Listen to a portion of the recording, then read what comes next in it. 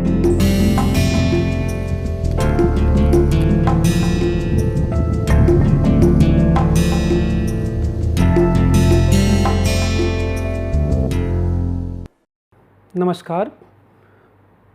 प्रमुख हिंदी कहानियाँ और भारतीय समाज पाठ्यक्रम के अंतर्गत जारी इस व्याख्यान श्रृंखला में आप सभी का स्वागत है। आज मैं प्रसिद्ध कहानीकार मोहन राकेश की कहानी मलबे का मालिक कहानी के शिल्प पक्ष अर्थात रूप पक्ष पर बात रखूँगा। आपको याद होगा कि पिछले व्याख्यान में मैंने इसके वस्तु पक्ष का जिक्र किया था और मलबे के मालिक के वस्तु पक्ष का उद्घाटन करते हुए उस कहानी के सौंदर्य का उद्घाटन करते हुए मैंने ये बताया था कि अपने गहरी संवाद योजना, गहरे सांकेतिक भाषाई विधान और अंतर मन को झकझोरते हुए एक कारुणिक प्रभाव उत्पन्न करने की दिशा में यह कहानी बहुत ही महत्वपूर्ण रही है।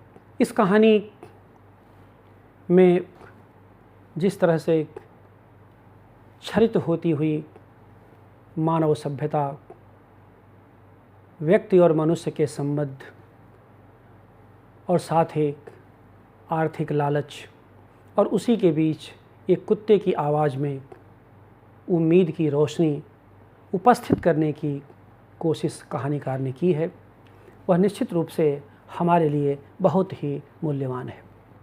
और ये कहानी हमारी विरासत है, हमारी पूंजी है, हमारी थाती है। इस अर्थ में थाती है कि हमें यह सदियों तक, शताब्दियों तक गनी मियाँ के दर्द को याद दिलाती रहेगी। और गनी मियाँ अपने दर्द को मनोरी नामक युवक के साथ या गांव के अन्य लोगों के साथ या मलबे पर जा कर के किस तरह से जैसे वो बोलते हैं और जिस भाषा में अपनी बात को व्यक्त करते हैं, जिस संवाद के माध्यम से उनकी पीड़ा को लेखक ने व्यक्त किया है, वह पीड़ा केवल गनी मियाँ की पीड़ा नहीं रह गई है, वह पीड़ा हमारी और आपकी भी है। क्योंकि जब एक बस्ती उजड़ती है, एक परिवार उजड़ता है, तो सिर्फ एक बस्ती या परिवार नहीं उजड़ता, उसका पूरा परिवेश, उसकी पूरी संस्कृति भी उजड़ जाती है, जो शताब्दियों तक मनुष्यता को मुँह चिढ़ाती रहती है। इस मुँह चिढ़ाती हुई संस्कृति या सभ्यता का कोई भी चित्रण अगर इस कहानी में व्यक्त हो पाया है, चित्रित हो पाया है, तो यह कहानी इस अर्थ में बहुत ही मूल्यवान है, एक यादगार कहानी है। और मैं समझता हूँ कि मोहन राकेश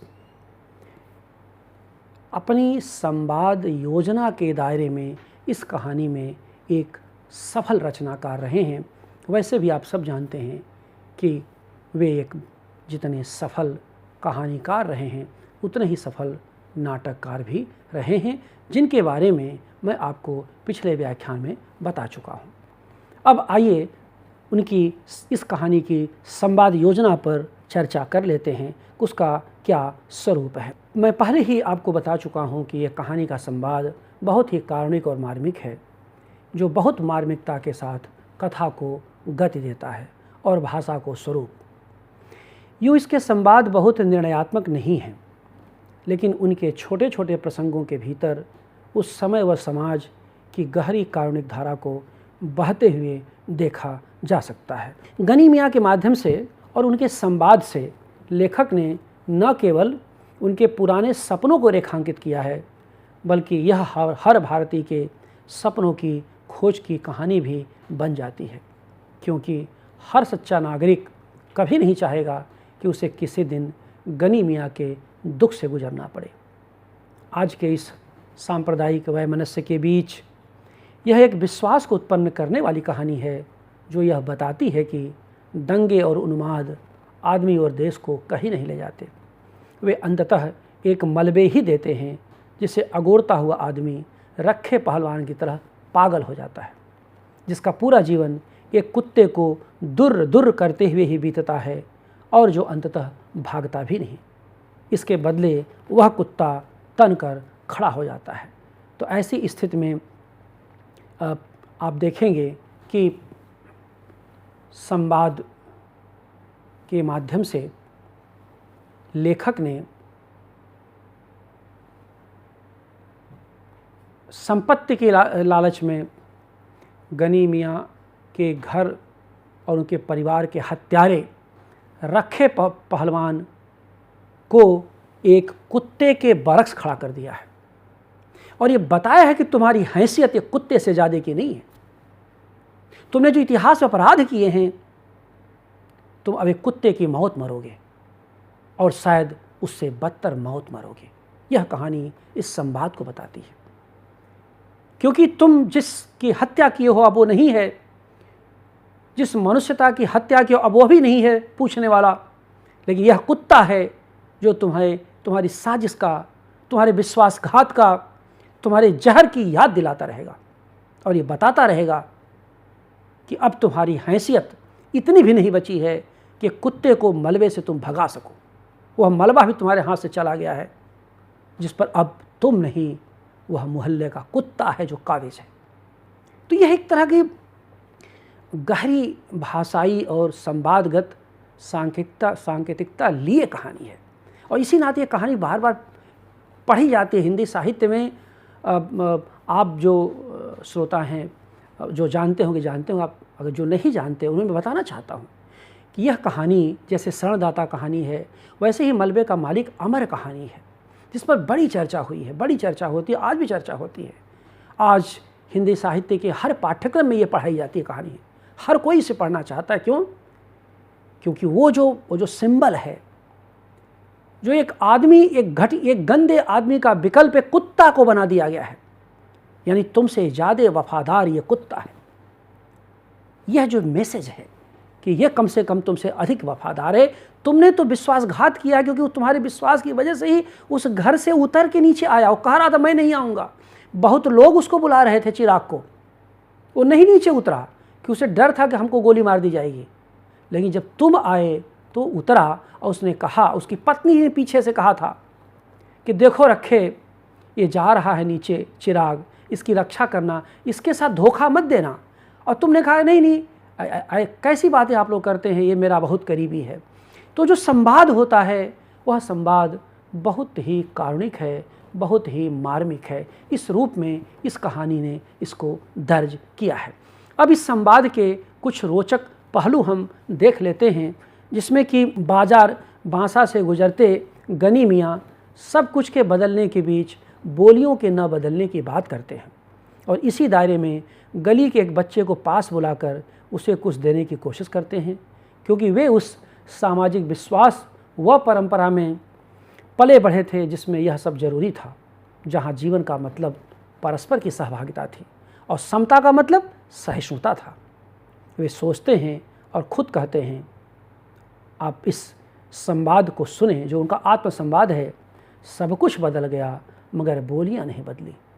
बूढ़े मुसलमान ने धीमे स्वर में अपने से कहा और छड़ी का सहारा लिए खड़ा रहा। इसी बीच गली से एक बच्चा रोता हुआ बाहर आ रहा था। उसने उसे पुचकारा, इधर आ बेटे, आ, तुम्हें चिज्जी देंगे, आ। और वह अपनी जेब में हाथ डालकर उसे देने के लिए कोई चीज़ ढूंढने लगा। यह सुनकर, अब देखिए यह जो संवाद है, यह सुनकर बच्चा तुरंत ही चुप हो गया, लेकिन फिर उसी तरह होठ बिसूर कर रोने लगा। इसी समय एक 16-17 साल की लड़की गली के अंदर से दौड़ती हुई आई और बच्चे को बाह से पकड़कर गली में ले गई। बच्चा रोने के साथ साथ अब अपनी बाह छुड़ाने के लिए मचलने लगा। लड़की ने उसे अपनी बाहों में उठाकर साथ सटा लिया और उसका मुंह चूमती हुई बोली, चुप कर, कसम खाने, रोएगा तो वह मुसलमान तुझे पकड़कर ले जाएगा, कह रही हूँ ना, चुप कर। अब आप देखें कि यह जो चुप करने की बात है, यह इस कहानी में एक दूसरी तरह की आर्द्रता को उपस्थित करती है कि एक तरफ उस बच्चे को प्यार से एक बूढ़ा मुसलमान स्नेह से दुलारता है, पुचकारता है, और दूसरी तरफ उस विश्वास के बरक्स अविश्वास करते हुए एक दूसरी बच्ची आती है और उसको डराती है, धमकाती है, और उसको उसकी गोदी से ले जाती है। अब इसी तरह से आप देखेंगे कि गांव के मनोरी के साथ गनी मियाँ की जो संवाद है वह कहानी की कथा को बहुत विस्तार देता है, और इसी संवाद से असल में पता चलता है कि क्या घटित हुआ। और क्योंकि वही मनोरी के मलबे तक ले जाता है और जिसके नीचे मनोरी का प्राण गया था। ये जब संवाद सुने, ये बहुत ही रोचक संवाद है। बुढ़े को वहाँ खड़े देखकर नवयुवक ने पूछा, कहिए मियाँ जी, यहाँ किस लिए खड़े हैं? बुढ़े मुसलमान को छाती और बाहों में हल्की सी कंपकपी महसूस हुई। उसने होठों पर ज़बान फेरी और नवयुवक को ध्यान से देखते हुए कहा, बेटे, क्या तेरा नाम मनोरी है? नवयुवक ने चाबियों के गुच्छे को हिलाना बंद करके अपनी मुट्ठी में ले लिया और कुछ आश्चर्य के साथ पूछा, आपको मेरा नाम कैसे मालूम?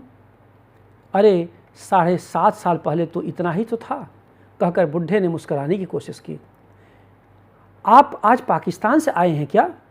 हाँ, पहले हम इसी गली में रहते थे, बुढ़े ने कहा। मेरा लड़का चिरागदीन तुम लोगों का दर्जी था। तकसीम से 6 महीने पहले, अर्थात विभाजन से 6 महीने पहले, हम लोगों ने यहाँ अपना नया मकान बनवाया था। ओ गनी मियाँ, मनोरी ने पहचान कर कहा। हाँ बेटे, मैं तुम लोगों का गनी मियाँ ही हूँ। चिराग और उसके भी बच्चे तो अब मुझे मिल नहीं सकते, मगर मैंने सोचा कि एक बार मकान की सूरत ही देख लूँ। बुढ़े ने टोपी उतारकर सिर पर हाथ फेरा और अपने आंसुओं को बहने से रोक लिया। तुम तो शायद काफ़ी पहले यहाँ से चले गए थे, मनोरी के स्वर में संवेदना उभर आई। हाँ बेटे, यही तो मेरी बदबख्ती थी कि मैं अकेला पहले निकल कर चला गया था। यहाँ रहता तो उसके साथ मैं भी। कहते हुए उसे एहसास हुआ कि यह बात उसे नहीं कहनी चाहिए। उसने बात को मुंह में रोक लिया, पर आंखों में आए आंसुओं को नीचे बह जाने दिया। छोड़ो गनी मियाँ, अब उन बातों को सोचने से क्या रखा है। मनोरी ने गनी की बाह अपने हाथ में ले ली और कहा, चलो तुम्हें तुम्हारा घर दिखा दूँ। अब आप ये देखिए कि जो एक थोड़ा लंबा संवाद मैंने आपके सामने प्रस्तुत किया गनी और मनोरी के बीच, कि चलो मियाँ तुम्हें तुम्हारा घर दिखा दूँ, एक 2 पीढ़ियों का संवाद। क्योंकि मनोरी को अंदाज है कि कैसे वह मकान मलबे के ढेर में कैसे बदल गया, और गनी को इसका अंदाज नहीं है, लेकिन पूरे स्नेह से, पूरे सम्मान से मनोरी उस बुढ़े गनी मियाँ को पकड़ करके, जो लाठी के सहारे चल रहे थे, उस मलबे की मकान तक ले जाता है। और वहाँ पर पहुँच करके दूर से संकेत करता है कि गनी मियाँ, वो देखो, वो तुम्हारा मकान, वो जो मलबे में पड़ा हुआ तुम्हारा मकान है। अब वह देखो जो तुम्हारा मकान, जो वो मलबे में पड़ा हुआ है। यह सुन करके गनी मियाँ आहत हो जाते हैं। वो सोच भी नहीं सकते थे, क्योंकि 7.5 साल बाद उस मकान की यह हालत होगी। हत्या तो जो हुई सो हुई, बच्चे नहीं रहे, लेकिन क्या इसी मकान पर कब्जेदारी के लिए रखे ने हत्या की? वह नहीं जानते कि रखे ने इस मकान पर कब्जेदारी की हत्या की, लेकिन कहीं न कहीं कहानी में यह ध्वनित होता है संवाद के माध्यम से कि रखे ही असल में इस कहानी का वह विलेन है, वह गिरा हुआ चरित्र है, जिसने कि एक हंसते खेलते परिवार को मृत्यु के घाट उतार दिया। अब ऐसे स्थिति में जब मनोरी उनको बताता है कि आपका मकान उसी दंगे में जल गया था, और यह संवाद का अंतिम वाक्य कि मकान उन्हीं दिनों जल गया था, तीर की तरह गनी के सीने में चुभा और गनी अनियंत्रित हो गए। यहीं से उनके कंठ से करुण आवाज़ आती है, ओए चिरागदीन, जो एक करुण आवाज़ थी। इसके आगे का संवाद बस विस्तार ही विस्तार है। संवाद यहाँ पर शिखर पर है, जो कथानक को एक नई ऊंचाई देता है। आगे गनी व रखे का संवाद है, जिसमें विश्वास की एक टूटती हुई आवाज़ है, जब गनी रखे से कहते हैं कि तुम्हारे रहते कैसे चिराग की हत्या हो गई रखे। गनी रखे से कह रहे हैं और आंसू हैं कि रुक नहीं रहे। यह संवाद परस्पर अविश्वास वह विश्वास के अंतर्द्वंद से रचे जाने के कारण बहुत रोचक बन पड़ा है। इस संवाद का कुछ हिस्सा मैं आपके सामने पढ़ना चाहता हूँ। तू बता रखे यह सब कैसे हुआ, किस तरह हुआ। गनी किसी तरह अपने आंसू रोककर बोले, तुम लोग उसके पास थे, सब में भाई भाई की सी मोहब्बत थी। अगर वह चाहता तो तुम में से किसी घर में नहीं छिप सकता था, उसमें इतनी भी समझदारी नहीं थी। ऐसे ही है। रखे को स्वयं लगा कि उसकी आवाज़ में एक अस्वाभाविक सी गूंज है। उसके होठ गाढ़े लार से चिपक गए थे, मूँछों के नीचे से पसीना उसके होठ पर आ रहा था। उसे माथे पर किसी चीज़ का दबाव महसूस हो रहा था और उसकी रीढ़ की हड्डी सहारा चाह रही थी। वह आगे कुछ नहीं बोला। इधर गनी ने कहा, क्या हाल बताऊं रखे। जब उसने पाकिस्तान का हाल पूछा तो कहता, क्या हाल बताऊं रखे। और गनी दोनों हाथों से छड़ी पर बोझ डालकर झुकता हुआ बोला, मेरा हाल तो मेरा खुदा जानता है रखे। चिराग वहाँ साथ होता तो और बात थी। मैंने उसे कितना समझाया था कि मेरे साथ चला चल, पर वह जिद पर अड़ा रहा कि नया मकान छोड़कर नहीं जाऊँगा। यह अपनी गली है, यहाँ कोई खतरा नहीं है। भोले कबूतर ने यह नहीं सोचा कि गली में खतरा न हो, पर बाहर से तो खतरा आ सकता है। मकान की रखवाली के लिए चारों ने अपनी जान दे दी। रखे, उसे तेरा बहुत भरोसा था। कहता था कि रखे के रहते मेरा कोई कुछ नहीं बिगाड़ सकता, मगर जब जान पर बन आई तो रखे के रोके भी न रोकी। अब आप देखिए कि जिस तरह से अपने बेटे बच्चों के हत्यारे से ही वो संवाद कर रहा है गनी, अनजाने, और जिस तरह से वह अपने बेटे के पुराने संबंधों को, उसकी मर्यादाओं को उसे याद दिला रहा है। रखे पहलवान पर एक बहुत बड़ा मानसिक दबाव पड़ता है। लेकिन चूंकि वह उसकी खाल बहुत मोटी है, वह लज्जित तो होता है लेकिन खुलकर कुछ बोल नहीं पाता, कोई जवाब नहीं देता।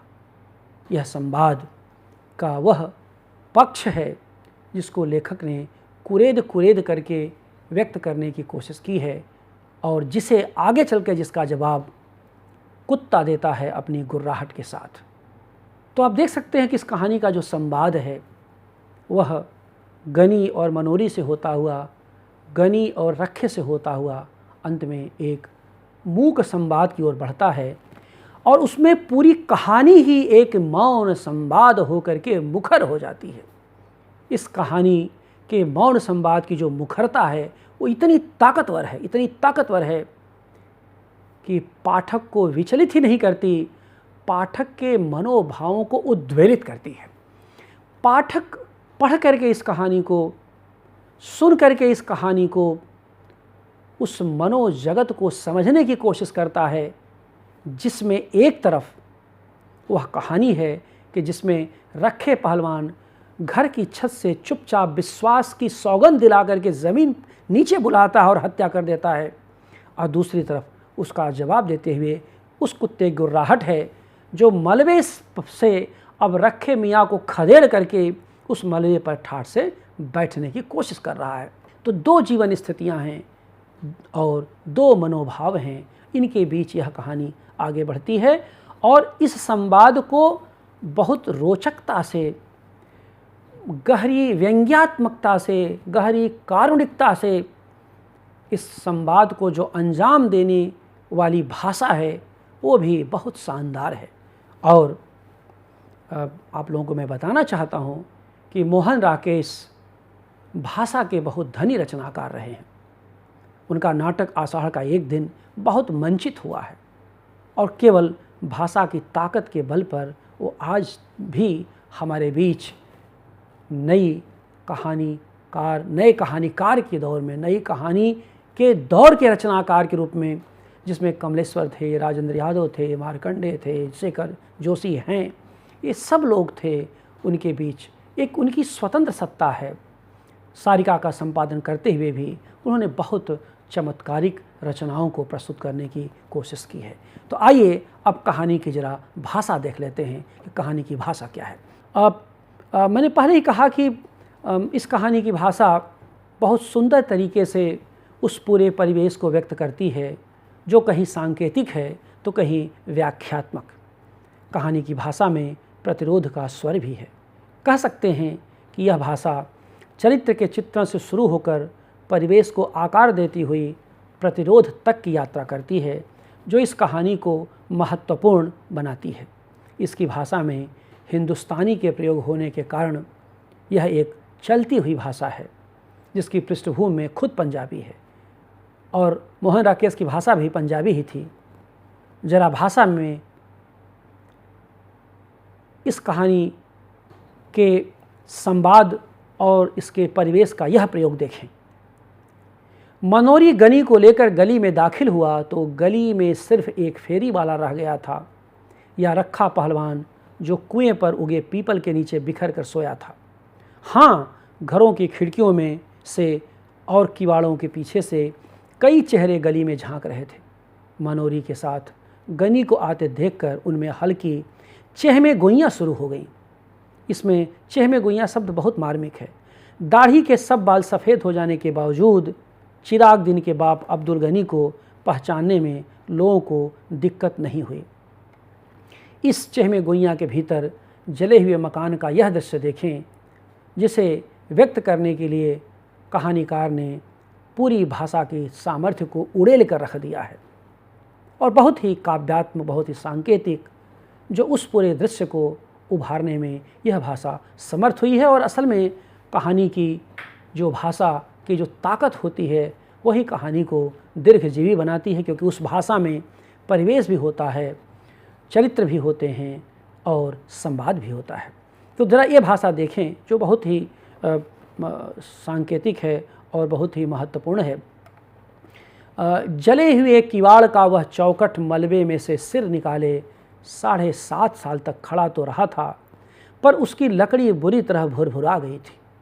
गनी के सिर से छूने से उसके कई रेसे झड़कर बिखर गए।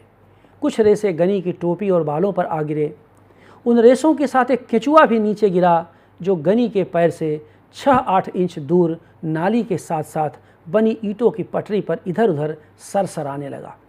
वह छिपने के लिए सुराख ढूंढता हुआ जरा सा सिर उठाता, पर कोई जगह न पाकर 2-1 बार सिर पटकने के बाद दूसरी तरफ मुड़ जाता।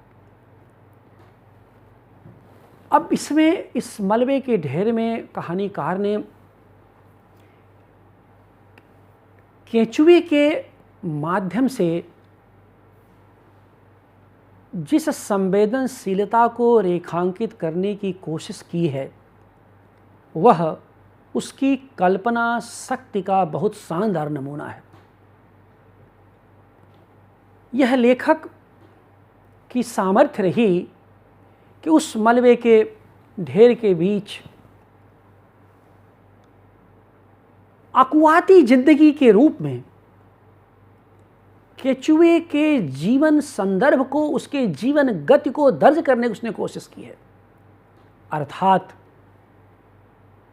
मलबा तो है, घर स्मशान बन चुका है, राख बन चुका है, लेकिन जिंदगी है कि विद्रोह करने से इनकार नहीं करती। जिंदगी है कि अकुआ रही है उस घास की तरह जो रौंदे जाने के बाद भी आकाश को चूमती हुई आकाश धर्मा गति से आगे बढ़ती है।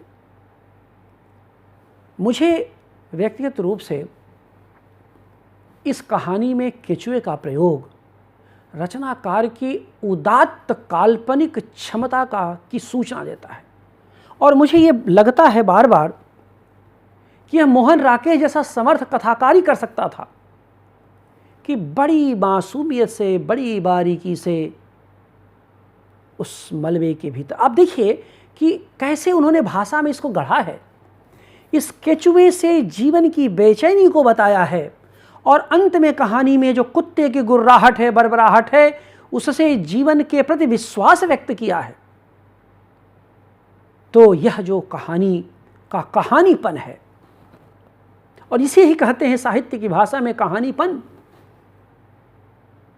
कि सारी निराशापूर्ण वातावरण के बीच, सारे हाहाकारी परिवेश के बीच एक जीवन है जो अभी भी अकुआएगा, अभी भी बतियाएगा और अभी भी सभ्यता के विकास में अपना महान योगदान देगा।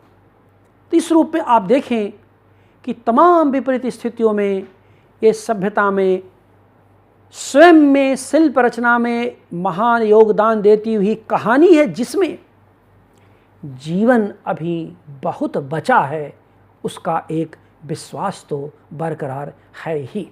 तो इस रूप में आप देखें, इस मलबे के भीतर वह करुणा फूटती है जो उसी मलबे को आकार देने वाले रखे पहलवान से साझा की जाती है। और रखे पहलवान इस पूरे दृश्य को देख करके एक विचलित तो होता है, लेकिन वह कुछ बोलता नहीं, बल्कि वह अपनी टांग समेट लेता है और अंगोछा कुएं के मुंडेर से उठाकर कंधे पर डाल लेता है और फिर मलबे की ओर बढ़ चलता है, जहाँ एक भैंस आ जाती है। अब देखिए, विपरीत स्थिति में वो भैंस को भगाने की कोशिश कर रहा है, माने उसकी मूर्खता देखिए, सब कुछ चला गया है, लेकिन अभी भी वो मलबे को अगोरने के लिए भैंस गाय को वहाँ से भगाता रहता है और उसे भय लग रहा है भीतर से कि कहीं ऐसा ना हो गनी आके इसको कब्जा कर ले, जबकि गनी को तो पता ही नहीं है कुछ। तो गनी का भय असल में उसके भीतर एक सामाजिक हलचल पैदा करता है और यही वजह है यह कहानी मर्मांतक पीड़ा के साथ आगे बढ़ती है और उसकी रखे पहलवान की कठोरता का यही मुख्यतः बहुत बड़ा एक आधार भी है। तो आप देखिए कि यह पूरा के पूरा जो भाषाई प्रसंग है ये बहुत ही सांकेतिक है, जिसमें रात की खामोशी को काटती हुई पानी की आवाज़ है जो मलबे के भीतर से आ रही है, अर्थात एक नया जीवन इसके भीतर आकार ले रहा है। कौवा है, कुत्ता है और दोनों के बीच संघर्ष में अंततः कुत्ते की विजय होती है। यह भी इस कहानी का एक दूसरा महत्वपूर्ण पक्ष है। कुत्ता यहाँ पर रखे जैसे लोगों का प्रत्युत्तर बनकर उभरता है और यह कहानी की भाषा का वह काव्यात्मक पक्ष है जो जितना कारुणिक है उतना ही संवेदनशील भी। इस कहानी में आए हुए शब्द जैसे विभाजन की जगह तकसीम, फिर बदबख्ती, चहमे गोइयाँ, खुश्क, मरदूद हिंदुस्तानी ज़बान का स्वाद उपस्थित करते हैं, जिसका आशय यह भी है कि जब भाषा में इतनी खुली आवाजाही है तो सांप्रदायिक विद्वेष की आग में जनता क्यों जल रही है। तो कुल मिला जुला कर के आप देखेंगे कि यह कहानी बहुत ही मार्मिक है, बहुत ही कारुणिक है और यह बार बार इस बात को बताती है, इसका संकेत करती है कि सब बदला लेकिन बोलियां नहीं बदली। सांप्रदायिक विद्वेष के बीच में क्या बोलियों का विभाजन हो पाया? क्या हिंदी और उर्दू के बीच में हिंदू और मुसलमानों की जो सांस्कृतिक मेलजोल नहीं हो पाया क्या? लेकिन नहीं, कौमें बट गईं, देश बट गए, सभ्यताएं बट गईं, लेकिन बोलियां नहीं बट पाईं। बोलियों को किसी ने रोका नहीं, उनकी परस्पर आवाजाही। यह कहानी यह बताती है कि आपकी भाषा आपके चाहने के बावजूद विभाजित नहीं हो सकती, क्योंकि वह समृद्ध सांस्कृतिक विरासत को ढोती है। इसे समझना होगा और यही आप नई पीढ़ी को समझना होगा कि भाषा हर कौम से बड़ी होती है। क्यों? क्योंकि वह संस्कृत का निचोड़ होती है। बगैर उसको ठीक से समझे आप संस्कृति को समझ नहीं सकते। दूसरी बात यह है कि उस मलबे के नीचे से जैसे पानी का सोता बह रहा है, उस मलबे के भीतर जैसे केंचुआ रेंगता हुआ अपनी ज़िंदगी को बचाने की कोशिश कर रहा है। तो यह कहानी ज़िंदगी की जद्दोजहद की भी कहानी है। चाहे जितनी भी मृत्यु आ जाए, चाहे जितने भी दंगा आ जाएं, लेकिन ज़िंदगी है कि मानती नहीं, वो अकुआती रहती है। मैं समझता हूँ कि हम लोग इस कहानी को पढ़ने के बाद सारी विषमता को धो पोछ करके अपने को शुद्ध करें, अपने अंतःकरण को पवित्र करें और यह समझें कि जीवन है कभी रुकता नहीं, वो न जाने कितने हज़ार सालों से चलता आ रहा है और आगे भी चलता रहेगा। इसलिए कौमों का विभाजन बंद होना चाहिए और अनावश्यक के विद्वेष की भावना तुरंत बंद होनी चाहिए, जिससे मनुष्य सकारात्मक रूप से सभ्यता से जुड़ सके और संस्कृत के विकास में अपना महान योगदान कर सके। क्योंकि मनुष्य जीवन बहुत दुर्लभ जीवन है, यह बहुत ही दुर्लभ है, एक ही बार मिलता है, आगे मिलता है कि नहीं मिलता कोई नहीं जानता। इसलिए हमें जो जीवन मिला है उसे हम विभाजनकारी न बनाएं, उसे योजनकारी बनाएं, उसे जोड़ने वाला बनाएं, जिससे कि हम सभ्यता, संस्कृति और जीवन के निर्माण में कुछ महत्वपूर्ण योगदान दे सकें। आपने इस व्याख्यान को सुना, आपका बहुत बहुत आभार।